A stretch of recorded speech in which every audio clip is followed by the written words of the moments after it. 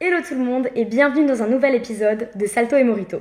Aujourd'hui, on va parler du regard et de l'investissement des parents dans la carrière de sportif de haut niveau de leur enfant. Parce qu'il faut pas oublier que derrière tout champion, il y a des parents très investis qui dédient énormément de temps à la passion et à la réussite de leur enfant, en les véhiculant, en leur apportant du soutien. Donc aujourd'hui, on va parler de tout ça et pour ça, je suis accompagnée de ma petite maman. Bonjour. Elle a toujours été à mes côtés, de mes débuts en club au moment où je suis rentrée en équipe de France. Tout comme mon papa d'ailleurs, je lui fais de très gros bisous aussi. Je sais pas s'il regardera cet épisode, mais il m'a aussi toujours soutenue. Je pense que t'as plein de choses à raconter et qu'au final t'as aussi un peu vécu ça de l'intérieur. Donc voilà, c'est parti. Jingle.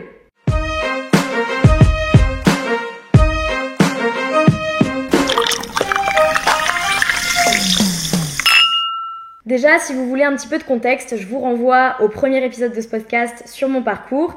Mais en gros, je m'appelle Alison Lapp et je suis une ancienne gymnaste de l'équipe de France. Maman, est-ce que tu peux revenir un petit peu sur le pourquoi du comment tu m'as mise à la gym ?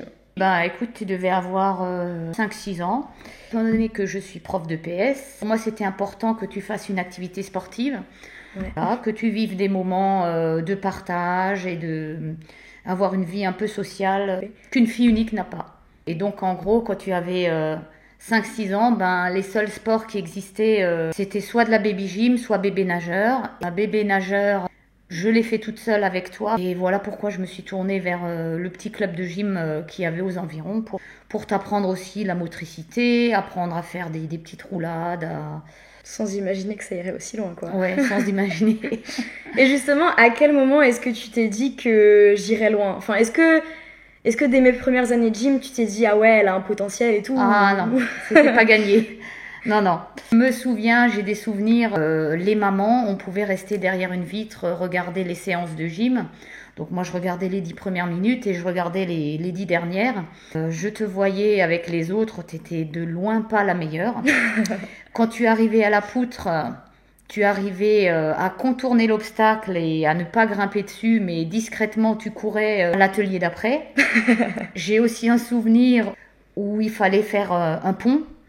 Et tu savais pas soulever ta tête. Toutes les autres filles y arrivaient et tu étais la seule qui n'arrivait pas à soulever ta tête. Donc moi, j'osais surtout pas dire mon métier. Et je disais, c'est normal, ma fille, elle est intelligente, elle a un cerveau qui est très lourd et c'est pour ça qu'elle n'arrive pas à soulever sa tête. Oh là là. Et même ma première compète, d'ailleurs, tu peux leur raconter Ouais, alors en gros, ça devait être vers l'âge de 6-7 ans, parce qu'à cet âge-là, il n'y avait pas encore de compétition. Donc c'est ton entraîneur qui a organisé une compétition interne pour ton groupe d'entraînement. Et t'as fini dernière. Mais au moment de la remise de récompense, ils avaient organisé un podium avec des marches, avec une marche plus haute que les autres, etc. Et ils ont appelé la 6e en premier, c'était toi. Puis la 5e, 4e, 3e. Et la première s'appelait Inès. Et je me souviens que tu m'as dit, maman, j'ai fini première ou dernière ? Parce que j'ai été appelée en premier. Et tu t'es allée fièrement, tu avais la tête bien haute, toute contente d'être appelée la première, pensant que tu avais gagné la compétition, tu n'avais pas regardé les autres, tu ne te rendais pas compte du niveau des autres. Et à la fin, il y a Inès qui est montée sur la boîte, qui était plus haute. Et du coup, tu es quand même venue me voir en me disant, mais maman, je suis dernière ou j'ai gagné ? Parce que Inès, elle est montée sur la grande marche. Alors je dis, mais ma chérie, pour moi, t'es la meilleure. Et au final, ta vie, elle s'est quand même vachement organisée autour de moi à ce moment-là. Avec papa, bien sûr, mais vous avez dû beaucoup vous investir, que ce soit entre les trajets. Ouais. Alors déjà, on avait l'habitude de partir en vacances au mois d'avril. Ouais. Et puis, quand tu es rentrée dans ce groupe compétition, on partait aussi au ski. Et en fait, ces vacances-là, on partait plus parce que pendant les vacances, il y avait gym. Puis, étant donné que je suis prof, j'avais la chance d'être libre à 4h ou 5h quand tu sortais de l'école. Et je t'attendais à la sortie de l'école. Le goûter était prêt et on fonçait à la gym, tu avais entraînement. On faisait les devoirs dans la voiture. Tu faisais les devoirs dans la voiture. J'avais déjà préparé un plat de lasagne au four ou un repas. J'avais programmé le four pour qu'en rentrant de la gym, le repas soit prêt, pour que tu puisses aller de bonne heure au lit. Enfin, tout était calculé. Ouais, parce qu'au début, tu avais un entraînement par semaine, mais c'est vite passé à 2, à 3. Parfois, on a rajouté le samedi après-midi. Ça faisait des kilomètres Oui, tous parce les qu'en soirs. plus, la salle n'était pas à côté de chez nous. Ouais. Non, c'était à peu près à 15-20 kilomètres. Fallait bien 20 minutes, une demi-heure à chaque fois pour y aller. Ouais. Je faisais les courses pendant que tu faisais la gym. C'était chronométré. Et après, ouais, à quel moment est-ce que t'as senti que ça devenait un petit peu plus sérieux? Déjà en sixième, peut-être, quand je suis rentrée en sport-études? Déjà à Brumat, quand tu étais au club à Brumat, il y a eu une compétition que tu allais faire à Saint-Louis pour obtenir je ne sais quel grade. La coupe formation 2, Ah, la 3, je coupe crois, ouais. formation. Et quand tu réussis cette coupe formation, ça veut dire que tu peux aller en pôle. Ta prof de gym, ta monitrice, elle parlait de pôle, de pôle. Je savais pas ce que c'était un pôle. Ouais. Mais on nous disait, mais il y a un pôle qui va ouvrir à Strasbourg. Donc, bon, ben, allez, allons-y. Donc un pôle, pour ceux qui savent pas, c'est des centres d'entraînement nationaux. Il y en avait 5 ou 6 à l'époque. Et donc en fait, quand tu vas là-bas, tu t'entraînes 25-30 heures par semaine. C'est vraiment pour faire du haut niveau. Et souvent, on va en internat là-bas. Voilà. Ouais. Et puis, ben, en fait, pour moi, c'était important que, au niveau des études, au niveau de l'école, ça se passe bien. Et là, tu nous ramenais des bonnes notes. Donc, tu disais, je veux aller en pôle, je veux aller en pôle. Et moi, je me disais, bon, elle sait pas ce que c'est. Ça, Toi non plus. Ça lui passera. En plus, on nous disait que le pôle à Strasbourg allait ouvrir. Donc, ça se goupillait bien. Jusqu'au jour où on reçoit un courrier qui dit que tu es accepté au pôle à Dijon. Bah, c'était plus Strasbourg. Il y avait écrit Dijon sur le courrier. Sous réserve que tu réussisses un stage d'intégration là-bas. Ouais. Et tu y es allé. Et ça t'a plu, et t'as pris la décision d'y aller. Donc là, moi, je me suis dit, bon, allez, ça va lui passer, elle va y aller, elle va faire 1 an, elle le mérite, elle a des bonnes notes. Puis au bout d'1 an, tu vas rentrer, c'est sûr. Mais ça s'est pas passé comme ça. Non, 6 ans plus tard. Déjà, toi, quand je suis partie en pôle, donc le moment où j'ai eu le courrier, où tu m'as laissé partir à Dijon, est-ce que t'avais plus peur ou est-ce que t'étais plus en mode ouais, elle va devenir une championne, elle va réaliser son rêve? Ou vraiment c'était bon, c'est qu'1 an et on verra? Alors, il y avait quand même, j'étais quand même fière, j'avais une fierté que tu aies réussi un de tes objectifs. Ouais. Mais j'y croyais pas du tout. Hein. Pour moi, T'étais dans le déni en fait. pour moi, tu allais faire 1 an et puis voilà. Puis tu partais de loin.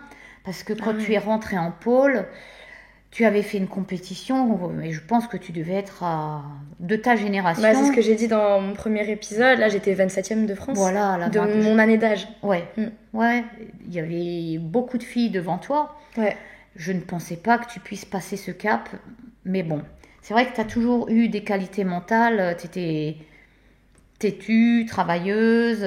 Quand tu veux quelque chose, bah souvent tu l'as parce que tu te donnes les moyens et tu t'acharnes. Donc tu es partie en pôle, tu as fait ton mois d'août. Là, ça a été compliqué pour moi parce que tu es partie pendant les vacances scolaires et donc moi je me suis retrouvée seule aussi. toute seule à la maison alors que les vacances scolaires ont toujours tourné autour de toi aussi. Sophie lui manquait. Ouais, toi aussi.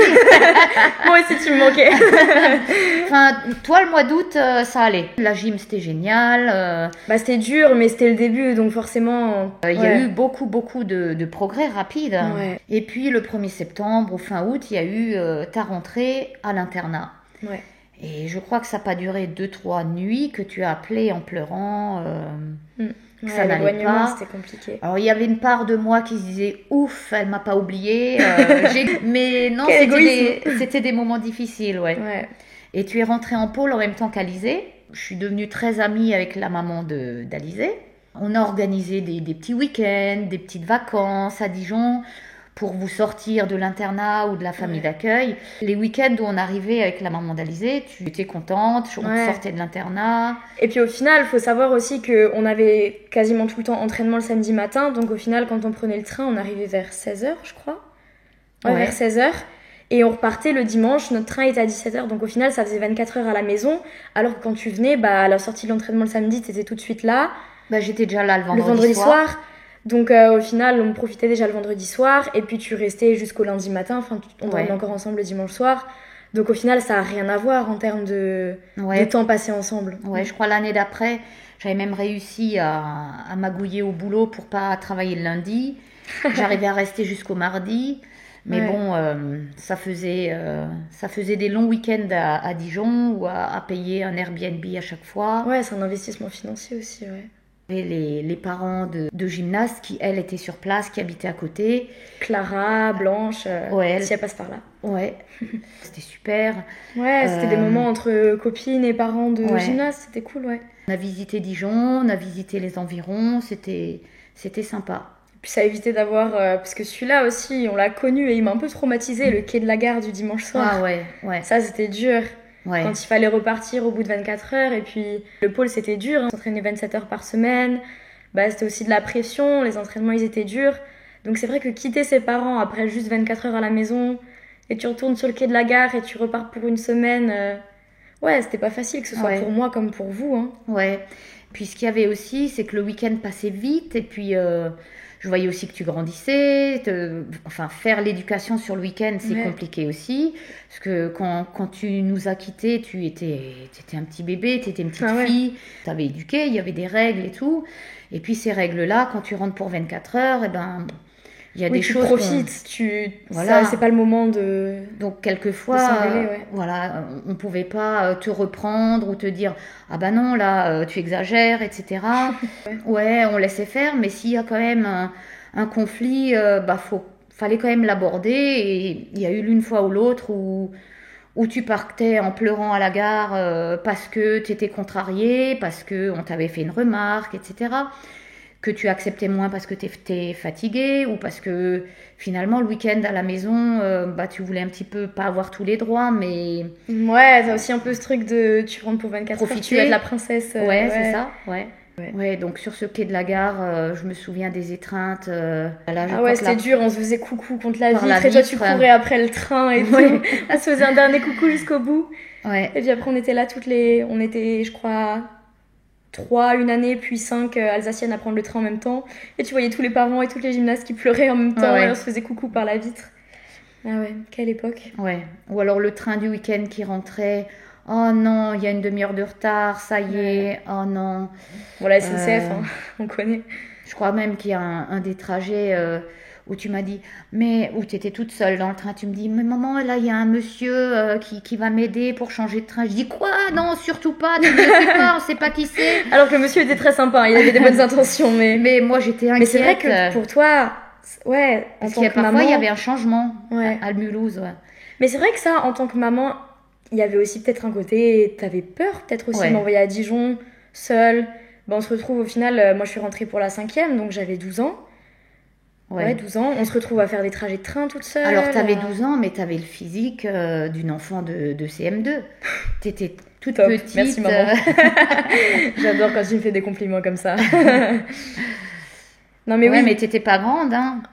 incapable de me défendre face à quelqu'un, quoi. Bah oui, bah oui. Et puis tu traversais aussi la France pour venir me voir en compète. Ouais, bah oui, les compétitions à Marseille, en Bretagne, etc. Je me souviens, on mettait le réveil à minuit 3 mois avant pour commander les billets, Ouais. réserver l'hôtel, etc. On faisait ces trajets, on rentrait le dimanche soir à minuit parce que le lundi on reprenait le boulot. Ouais, c'est des très bons souvenirs. C'est vrai que quand je te voyais en compétition, bah déjà ça me permettait de te voir, même si c'était que 10 minutes, un quart d'heure à la fin de la compétition, parfois même pas, Ouais. parce qu'on ne nous laissait pas vous approcher. Ouais, on devait rester concentré dans notre truc. Donc, et tout, ouais. ouais, mais ça reste des bons souvenirs. C'était quand même. compliqué, mais tu le faisais quand même parce que 30 secondes à se voir, c'était déjà Ouais. précieux. Ouais. Ouais, et puis c'était aussi un peu pour voir le résultat de ton travail. Mm. Parce que finalement, quand ton enfant il est en pôle, ben, tu vois plus ce qu'il fait. Ouais. Quand tu étais à Brumat au club, bah, de temps en temps, je voyais à la fin d'un entraînement, je voyais, Tu restais à la vitre. Ouais. voilà, je voyais, ah tiens là, le mardi elles font les bars, je vais regarder ce qu'elle fait au bar.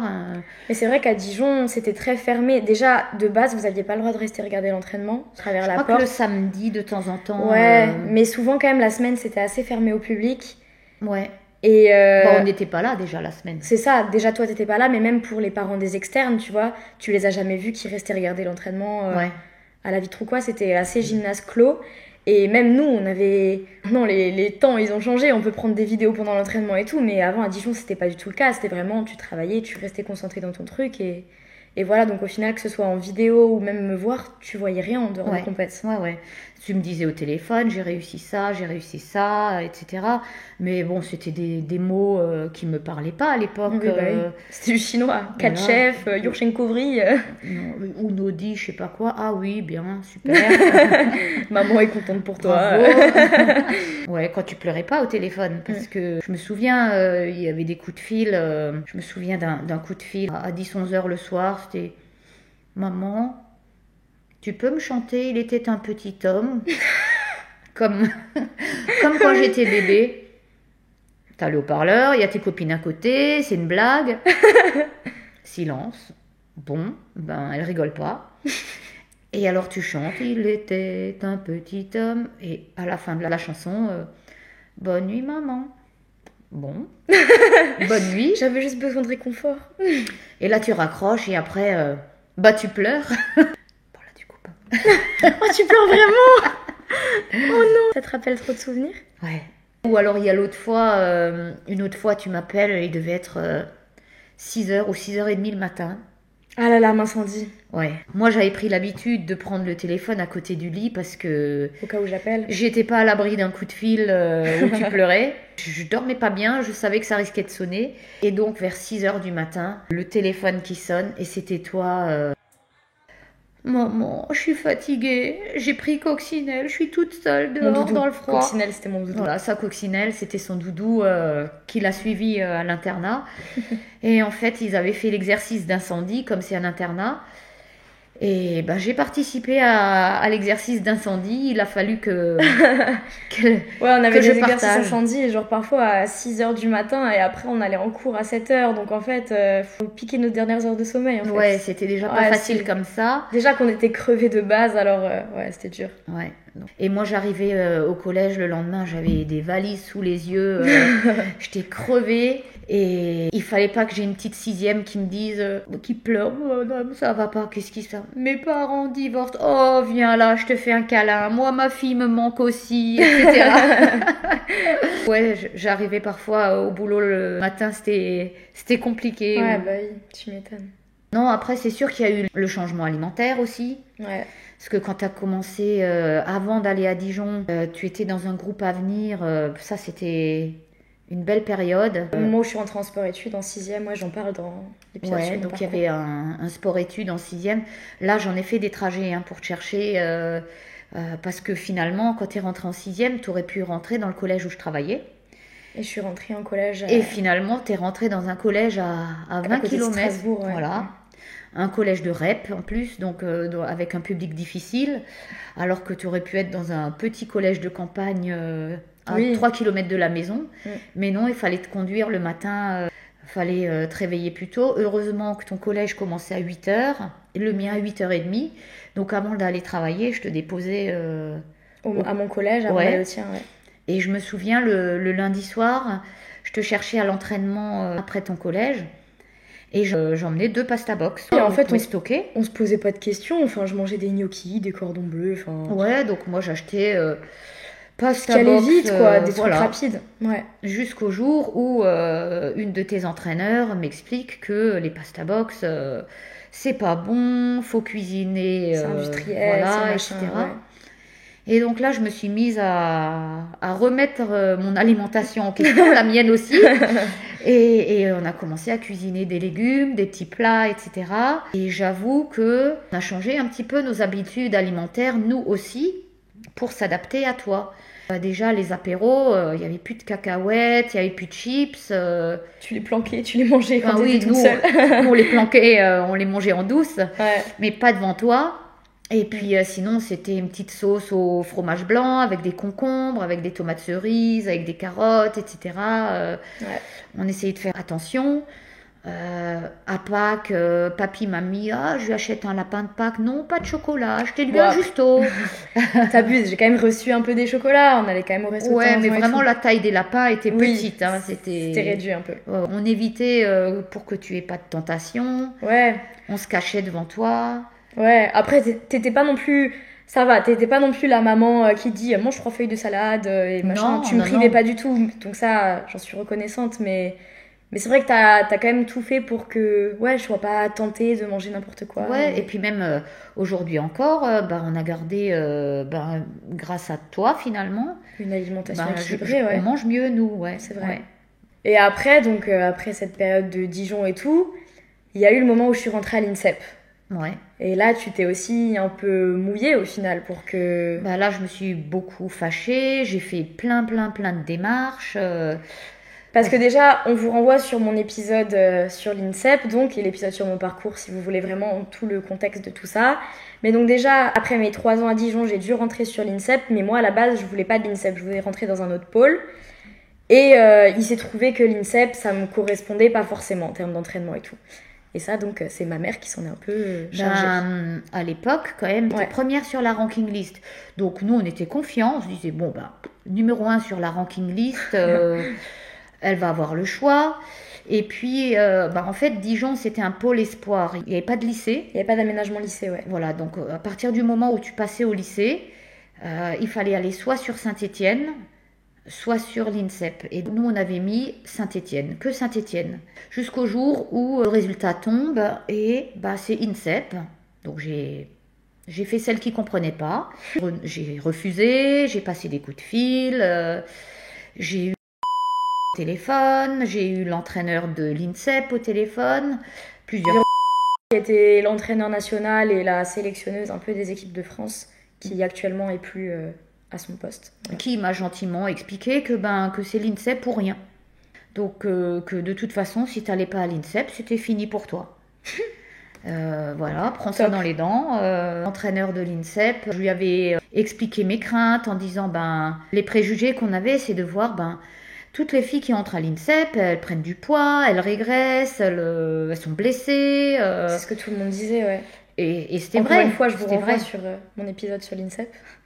Et là, j'avais le responsable, c'était pas l'entraîneur, c'était le responsable qui s'occupait de la gym à l'INSEP, qui me disait oui, mais ça va changer. On va mettre différentes tailles d'assiettes à la cantine, et puis spécialement pour les gymnastes. Les gymnastes, il y aura une assiette avec une croix dessus, donc elles auront une portion plus petite que les judokas, que les autres sports. Enfin, j'avais du mal à le croire, mais bon, ça s'est jamais fait, hein. Donc finalement, contrainte et forcée, t'es montée à l'INSEP. Alors il y avait le souci financier aussi. Oui. Parce que tu étais au club de Brumat et puis... Le pôle de Dijon, c'était beaucoup moins cher et puis j'avais des aides financières, ouais. Ouais, à la fin, tu avais quelques petites aides et le club t'aidait à la hauteur de ses moyens. Ouais. Et pour moi, c'était hors de question que le club se saigne pour financer pour toi. Parce que l'INSEP, c'était combien par mois? C'était 1 200 € par mois. Énorme. Oui, moi j'étais seule pour payer, donc c'était pas possible. Plus les trajets de train. Ouais. Et puis il y avait aussi les entraînements qui me convenaient pas et tout, et c'est là où Je me souviens, quand je t'avais au téléphone, tu disais « Ah, mais je m'entraîne pas assez. » Pour toi, c'était pas assez. Tu allais parfois faire ton footing encore le mercredi, tu allais faire ta muscu toute seule, tu étais en manque. Ça te convenait pas. Mes résultats, ils ont stagné aussi. Ouais. Et puis il y a eu ce mail aussi où j'ai un peu tout dénoncé. Ouais. Où j'ai dénoncé le volume horaire parce qu'on avait calculé. Finalement, je crois qu'il n'y avait pas 20 heures de gym dans la semaine. Et il y avait beaucoup de barres de danse, de préparation physique, mais pas avec les entraîneurs. Hein. Il y avait des jours où tu mettais pas le pied dans la salle de gym. Alors c'est sûr, tout ce qui était autour, le médical, c'était bien, mais finalement au niveau gym... Du contenu des entraînements, c'était pas forcément le top. Oui, donc j'ai fait ce mail où j'avais un petit peu... Alors c'est un mail que j'avais fait d'abord à la responsable un petit peu au niveau du Grand Est, qui s'occupait de détecter un petit peu... Qui m'avait détecté pour que je rentre en pôle. Voilà, qui détecte les gymnastes qui ont un potentiel. Et elle t'avait détecté, elle restait aussi derrière toi à te soutenir, elle restait... Elle regardait tes performances, elle regardait ton évolution. Et elle nous envoyait des messages pour savoir si tout allait bien, pour nous féliciter, pour voilà. Et donc je m'étais dit, là, il faut qu'elle sache ce qui se passe. J'avais parlé du volume horaire, j'avais parlé du contenu des entraînements. Voilà, entraînements, de l'organisation qui était mal faite, etc. Je sais que Et que je m'y sentais mal en fait. Que vraiment tu disais on m'a brisé mon rêve. Donc j'ai fait ce mail et elle l'a relayé à l'entraîneur national. Et elle m'a répondu en me disant voilà, j'ai relayé votre mail, c'est pas normal, etc. J'ai eu l'entraîneur national au téléphone, elle s'est fait un point d'honneur de vous rappeler, etc., etc. Et une semaine se passe, elle m'appelle toujours pas. Moi, entre-temps, je t'avais eu au téléphone, je me dis mais Véro va m'appeler, on va s'expliquer, etc. Au bout d'une semaine, c'est finalement moi, impatiente, qui ai pris mon téléphone. Et elle me dit « Ah ben oui, c'est vrai, je l'avais mis sur ma liste, je devais vous appeler. Mais bon, puisque je vous ai au téléphone, on peut échanger. Bon, après, c'est pas si grave que ça va quand même nettement mieux cette année. Enfin, elle a un petit peu essayé de D'arrondir les angles. Ouais, d'arrondir des angles, de botter en touche. C'était un peu ta faute aussi. Quand je parlais au niveau alimentaire, on me dit bon, après, tout le monde le sait que un gros cul. Non, ça tu dis pas. Tu peux mettre un bip dessus. Bon, après, moi, ce qui m'avait choqué, c'est qu'elle était un peu vulgaire dans ses propos, parce que moi, je l'avais jamais approchée de près. Tu l'avais eu une fois au téléphone, ouais, mais c'est tout. Ouais, enfin, j'ai raccroché, complètement déçue, résignée. Bon, ben, allez, c'est mort, tant pis, ça n'avancera pas. Ouais. Oui, et du coup, les choses, elles ont pas tellement bougé, et du coup, tu t'es mouillée un peu, mais tu t'es dit que ça servait à rien de faire quoi que ce soit. Ouais. Quoi. Ouais. Et après, j'avais d'autres parents aussi par mail ou au téléphone. On s'était dit qu'on allait faire un courrier collectif. On y était presque, mais finalement, les parents, ils ont tous un à un retourné leur veste en disant non, je veux pas me mouiller parce que sinon ma fille. Ouais, c'est compliqué après. Elle va en avoir des répercussions. Ouais. Elle va être saquée à l'entraînement. Elle va plus être prise. C'était plus. Même du mépris un peu, t'es plus vu de la même manière après quand tes parents y râlent et que... Ouais. Enfin ça c'était à l'époque, maintenant c'est un peu mieux. Mais je pense qu'après mon courrier, t'en as pâti un petit peu. J'en ai pas pâti, juste on m'a plus regardé quoi. Ouais. Je sais pas si c'est lié, mais... Et au final quand j'ai fini par arrêter l'INSEP, du coup pendant le confinement je suis revenue à la maison, j'ai pris la décision, enfin déjà j'ai reçu le courrier comme quoi j'étais pas reconduite à l'INSEP, mais j'avais aussi pris la décision moi d'arrêter le haut niveau. Est-ce que pour toi, comment tu l'as vécu ? Est-ce que tu étais plutôt triste en mode... après ces 3 années à l'INSEP qui pour moi étaient compliquées, est-ce que tu étais plus triste et en mode voilà, elle a échoué ? Ou est-ce que c'était plutôt un soulagement pour toi, tu étais contente que je retourne à la maison ? Je pense que la déception, elle a échoué, c'était avant. Avant. Et je pense qu'à cette période-là, c'était vraiment pour moi, je pense, un soulagement. Parce que tu t'en sortais pas de tes blessures non plus. Même si quand tu revenais, il y avait des progrès rapides. Tu récupérais très vite après tes blessures, jusqu'à la blessure d'après. Mais ça se goupillait super bien avec ton bac aussi. Que moi, je t'avais toujours dit, tu sais, la gym, ça ne te ramènera pas un boulot. La championne de France de gym, personne ne la connaît. T'as pas un salaire de footballeur quand tu es en équipe de France de gym. Et puis à 20 ans, c'est fini la gym. C'est un sport jeune. C'est vrai que j'ai eu de la chance de ce côté-là parce qu'il y a quand même des parents qui mettent un peu la pression sur leurs enfants, qui... après l'une fois l'autre, tu me disais aussi que je te mettais la pression. Oui, parce que t'étais un peu tout le temps éternelle insatisfaite. Mais au final, tu m'as jamais forcée à faire quelque chose que je voulais pas. Et... Coucou maman, j'ai eu un 18. Quoi ? Pourquoi pas 19 ?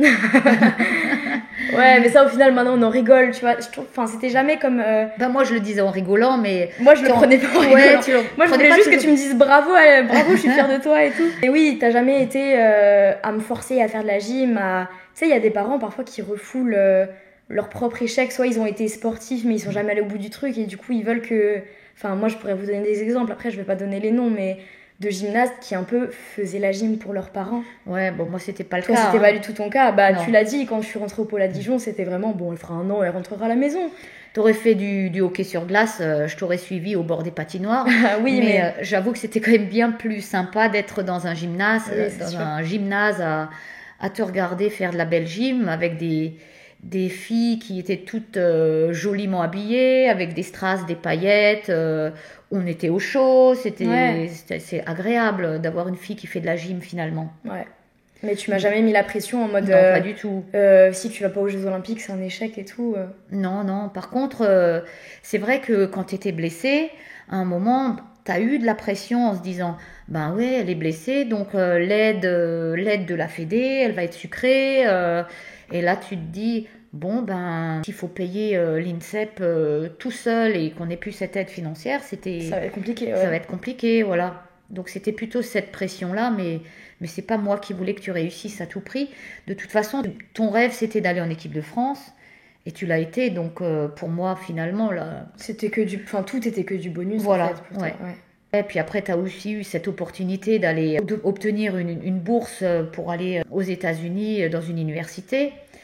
La seule qui avait fait ça avant, c'était Anne Cum, une Alsacienne qui était au club à Brumat. Enfin, c'était une belle coïncidence. Donc finalement, on se disait, ah bah c'est chouette. C'est une belle transition. Voilà, ouais. Mais là, il y avait quand même une partie de moi qui se disait, quand tu es rentrée à la maison pour le confinement... T'aurais aimé que je rentre pour de vrai. Ah là, c'était... Je t'ai enfin récupérée parce que j'avais quand même raté beaucoup de ta jeunesse. Et d'avoir de nouveau sa petite fille à la maison parce que t'as pas de frères et sœurs, hein, finalement. Ouais. Ben après, oh non, ça y est, elle remet le couvert, elle repart et encore plus loin. Et... Ah bah là, les États-Unis, ouais, c'était pas la porte à côté. Ouais. Donc moi, j'y croyais pas. Je me disais, oh, merci le Covid, elle partira pas, c'est pas possible. Et finalement, bon, je t'ai quand même soutenue et on a fait toutes les démarches. Donc finalement, t'es quand même partie aux États-Unis plus loin. Bon, mais en tout cas, je crois qu'on a bien parlé. Moi, j'ai juste 2 petites questions pour toi, pour conclure. Déjà, en tant que maman, quel a été pour toi le moment le plus difficile dans tout ça ?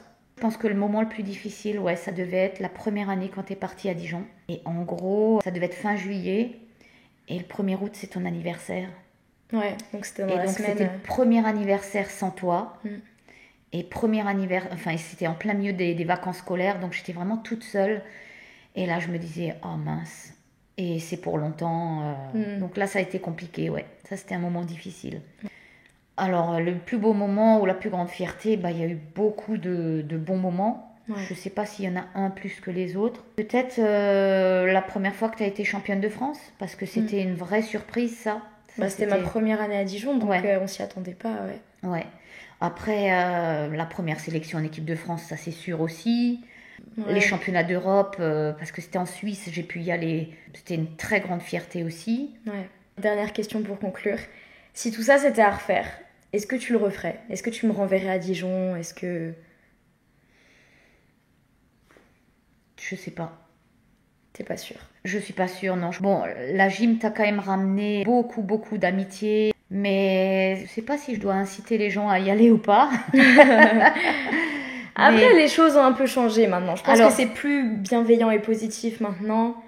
Dans le contexte actuel, c'est peut-être plus simple, ouais. C'est peut-être plus simple. Mais finalement, avec du recul, quand t'es partie, j'ai laissé faire. On n'était pas assez renseignés. T'en as quand même aussi des séquelles au niveau de ton corps. T'as quand même eu quelques blessures. Puis même psychologiquement, hein, forcément, t'en prends un peu plein la tronche, donc... C'était une belle expérience, t'as fait des belles choses. Ouais. Mais peut-être qu'une jeunesse normale, c'est bien aussi. Et peut-être que tu aurais eu de beaux résultats sans être en équipe de France. Bon, bah merci maman d'avoir témoigné au micro de ce podcast. Parce que ça, c'est aussi un peu l'envers du décor. On voit pas tout le temps. C'est souvent les sportifs qui sont mis en lumière. Mais au niveau des parents, c'est beaucoup d'investissement aussi. Et voilà. Donc j'espère que vous avez apprécié cet épisode avec ma maman. N'hésitez pas à laisser un petit like ou à mettre un petit commentaire si d'autres parents ont envie de témoigner et savoir si vous êtes reconnus dans certaines choses et tout. Et voilà, n'hésitez pas à laisser un petit retour. Et mes élèves, pas de mauvais commentaires. Hein. Oui, c'est vrai. Si vous êtes un élève de Madame Lap, faites-vous plaisir dans les commentaires. Enfin bref, voilà, on se retrouve très bientôt pour un nouvel épisode de Salto et Morito. Au revoir. C'est Salto et Morito.